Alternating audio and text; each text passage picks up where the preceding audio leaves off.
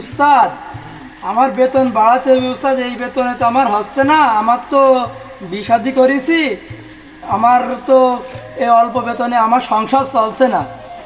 এখন কি করবেন দেখেন উস্তাদ, আমার তো এই বেতনে কাজ করা সম্ভব হবে না।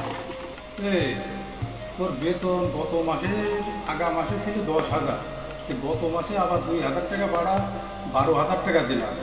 তুই আবার বাড়াবো সেই পজিশনে আসবি তো, এখন বেচা কেনা তো সেই সময়টা হোক তারপরে বাড়াবো, সমস্যা নাই, থাকে ধৈর্য ধরে।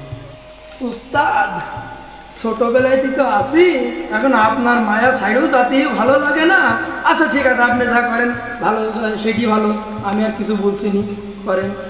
ছোটোবেলার থেকে তুই আসিস ঠিক আছে, যে ছোটোবেলা থেকে যখন আসিস আমি তো তোর ভালোবাসি, ওই জন্যই তো তোর বেতন ছিল এর আগে 10,000, তোর 12,000 টাকা দিচ্ছি, 2,000 টাকা বাড়াইছি, আবার থাকে আবার আমি বাড়া দেবো, সমস্যা কি? তো ভালোবাসি বিধায় তো যদি ডাকিস আমি, তুই ভালো কাজ করে আমার ভালোবাসি, সমস্যা নাই, থাকে। এই স্পোক বস, ব্যালেন্স নাই, নো ব্যালেন্স, নো ব্যালেন্স। এই সব আলাদা হিট করবা। এই let's go, let's go, let's go, let's go. কোনো তুই তাহলে একটু বসে গেছেন, আমি তোর ভাবের ওষুধ একটু কিনে নিয়ে আসি। জি উস্তাদ, যান।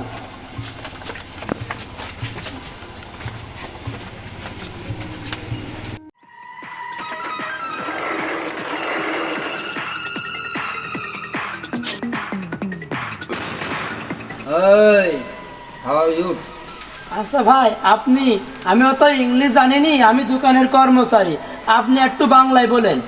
এই দুই ঢোক পটেটিং দে, পটেটিং আর লিচু দাগ ঢোক।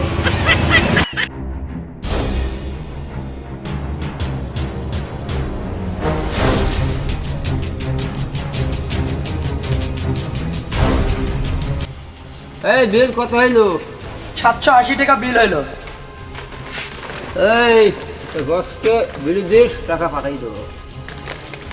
ভাই ইংলিশম্যান, আমি এই দোকানের কর্মচারী ভাই, আমি এই দোকানের মহাজন ছাড়া আপনাকে মাল নিয়ে দিতে পারবো না ভাই। এই হোয়াট ইজ দিস?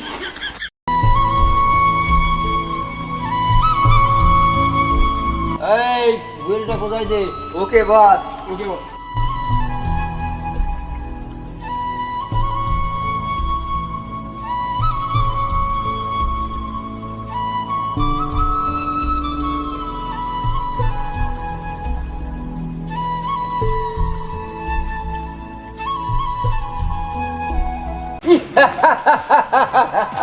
পাখা, আমি I am Gopa Khan, English man.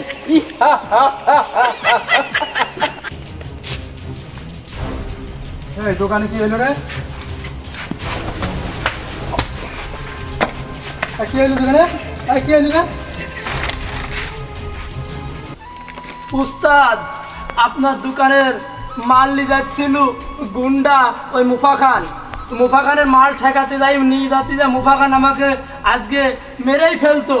তা তো ঠিক আছে, তোকে মারিয়েছে, এর বিধি বিচার করে গিয়ে আমি ছাড়বো, বুঝছোস? আমি এখনই ফোন দিচ্ছি ওর ভাই থেকে। হ্যালো আব্দুর রহমান, এই তোর চাচা আমার এই যে কর্মচারীকে মাইরি কি করছে রে? তুই এখনই তাড়াতাড়ি আয়, এত ক্ষমতা দিস কি ওর, আমার কর্মচারী ধরি মারে। জি বড় ভাই, ঠিক আছে ভাই, আমি এখন আসছি ভাই।